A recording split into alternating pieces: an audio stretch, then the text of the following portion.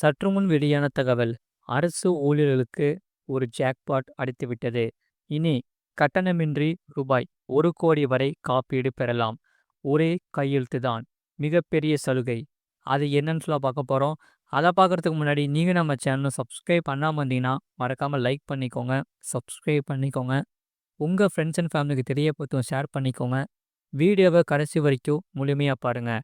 தமிழக அரசு ஊழியர்கள் மற்றும் ஆசிரியர்களுக்கு வழங்கப்படும் காப்பீட்டு சலுகைகள் தற்போது அடுத்த கட்ட எட்டியுள்ளது. இதன் மூலம் கூடுதல் பலன்களை அரசு ஊழியர்கள் பெற போகிறார்கள். அதை பற்றி இங்கே பார்ப்போம்.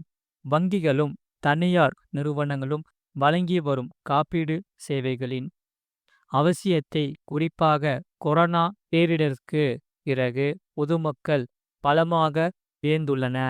அந்த வகையில் இந்த விழிப்புணர்வை கருத்தில் கொண்டு தமிழக அரசு தனது பணியாளர்களின் நலனை உறுதி செய்யும் வகையில் விரிவான ஆயுள் மற்றும் விபத்து காப்பீட்டு திட்டத்தை செயல்படுத்தி வருகிறது. இதற்காக கடந்த ஆண்டு மே மாதம் 19ஆம் தேதி 7 முன்னணி வங்கிகளுடன் புரிந்துணர்வு ஒப்பந்தங்கள் மேற்கொள்ளப்பட்ட நிலையில் தற்போது இத்திட்டத்தில் மேலும் 3 வங்கிகள் அதிகாரப்பூர்வமாக இணைந்துள்ளது. இது தொடர்பான அரசாணையை தமிழக அரசு வெளியிட்டுள்ளது. அதாவது அரசு ஊழியர்கள் மற்றும் உதயசந்திரன் அரசாணை பொறுத்தவரை இதன் மூலம் அரசு ஊழியர்கள் மற்றும் ஆசிரியர்களுக்கான காப்பீடு பாதுகாப்பு பரவலானது மேலும் விரிவுபடுத்தப்பட்டுள்ளது. குறிப்பாக இந்த திட்டத்தின் கீழ் தகுதியுள்ள பணியாளர்களுக்கு 1,00,00,000 ரூபாய் வரை காப்பீடு தொகை கிடைக்க வழிவகை செய்யப்பட்டுள்ளது. ஊழியர்கள் மத்தியில் பெரும் வரவேற்பை பெற்றுள்ளது. அந்த வகையில் இதற்கு நிதித்துறை செயலர் உதயசந்திரன் வெளியிட்ட அரசாணையில் கூறியிருப்பதாவது: தமிழக அரசு ஊழியர் ஆசிரியர்களுக்கு ஆயுள் காப்பீடு, விபத்து காப்பீடு உள்ளிட்ட வங்கி சலுகைகளை கட்டணமில்லாமல் வழங்க 7 வங்கிகளுடன் முதல்வர் மு.க. ஸ்டாலின் முன்னிலையில் கடந்த ஆண்டு மே 19ஆம் தேதி புரிந்துணர்வு ஒப்பந்தம் மேற்கொள்ளப்பட்டது. அதன்படி அரசு ஊழியர்களுக்கு குறைஞ்சபட்சம் ரூபாய் 10 லட்சம் ஆயுள் காப்பீடு, 1,00,00,000 ரூபாய் தனிநபர் விபத்து காப்பீடு கிடைக்கும். அதே சமயம் 7 வங்கிகளுடன் ஒப்பந்தம் பொறுத்தவரை இது தவிர இதற்கு தனிப்பட்ட விபத்து காரணமாகவே ஊழியர் இறக்கும் பட்சத்தில் ஊழியர்களின் குழந்தைகளுக்கு கல்வி சலுகைகளும், திருமணமாகாத மகள்களுக்கு திருமண உதவித்தொகை வழங்கப்படும். இந்த வசதிகளை State Bank of India, Indian வங்கி, இந்தியன் ஓவர்சீஸ் வங்கி, கனரா வங்கி, ஆக்சிஸ் வங்கி, Bank of Baroda, Union Bank of India ஆகிய 7 வங்கிகள் இதுவரை வழங்கி வருகிறது. அந்த வகையில் இப்போது கூடுதலாக பஞ்சாப் நேஷனல் வங்கி, தமிழ்நாடு மாநில தலைமை கூட்டுறவு வங்கி, டிஎன்எஸ்சி, பேங்க் ஆஃப் இந்தியா ஆகிய 3 வங்கிகளுடன் இப்போது புரிந்துணர்வு ஒப்பந்தம் மேற்கொள்ளப்பட்டுள்ளது. ஆகையால் இது மேற்கண்ட 3 வங்கிகளும் அரசு ஊழியர் மற்றும் ஆசிரியர்களுக்கு மேற்கண்ட சலுகைகளை கட்டணம் இல்லாமல் வழங்கும் என்று அதில் கூறப்பட்டுள்ளது.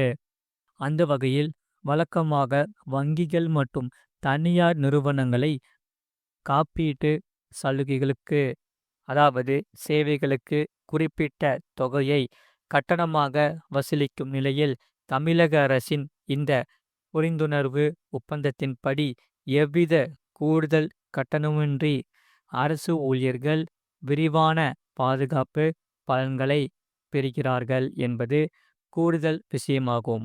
ஆகையால் பணியில் இருக்கும்போதே ஊழியர்களுக்கு எதிர்பாராத விதமாக ஏதேனும் அசம்பாவிதம் ஏற்பட்டால் அவர்களின் குடும்பத்திற்கு பொருளாதார ரீதியாக பெரும் சுமையை குறைந்தது 10 லட்சம் ரூபாய் ஆயுள் காப்பீடு, விபத்துகளின் போது 1,00,00,000 ரூபாய் வரையிலான தனிநபர் விபத்து காப்பீடும் வழங்கப்படுவது மிகப்பெரிய பாதுகாப்பாக கருதப்படுகிறது.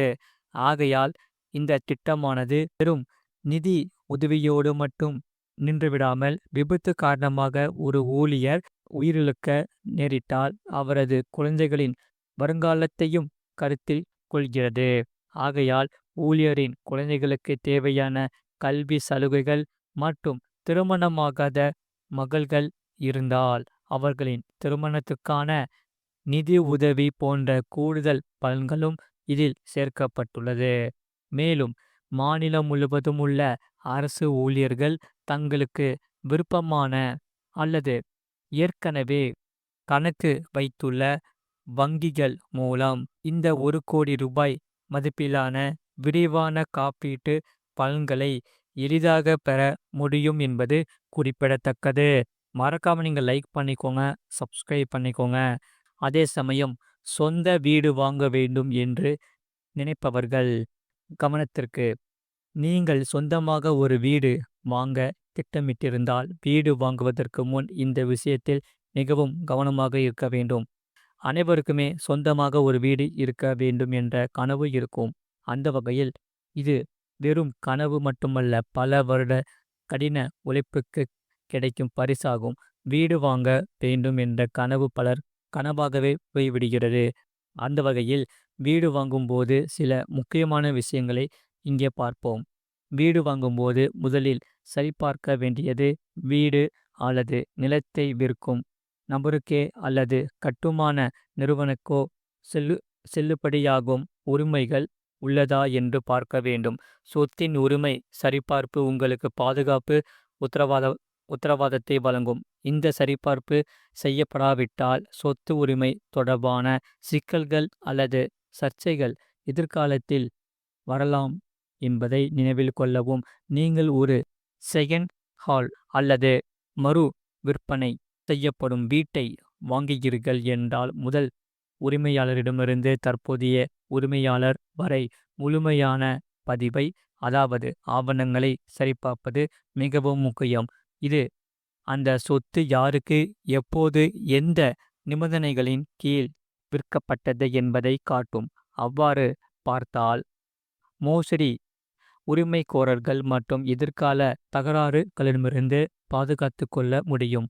ஆகையால் ஒரு வீட்டை வாங்குவதற்கு முன் அந்த சொத்தில் ஏதேனும் கடன்கள் நிலுவையில் உள்ளதா என்றும் அதற்கான அனைத்து வரிகளும் செலுத்தப்பட்டுள்ளதா என்பதை சரிபார்ப்பது அவசியம். அடமானம் மற்றும் வரி செலுத்தும் விவரங்களை உறுதிப்படுத்துவது உங்கள் கொள்முதலை சட்டப்பூர்வமாக பாதுகாப்பானதாக மாற்றும் என்பதை நினைவில் கொள்ளுங்கள். மறக்காமல் நீங்கள் லைக் பண்ணிக்கோங்க, சப்ஸ்கிரைப் பண்ணிக்கோங்க, பக்கத்தில் பெல் பட்டனை கிளிக் பண்ணிக்கோங்க. உங்கள் ஃப்ரெண்ட்ஸ் அண்ட் ஃபேமிலிக்கு தெரியப்படுத்தவும் இந்த வீடியோவை கண்டிப்பாக ஷேர் பண்ணி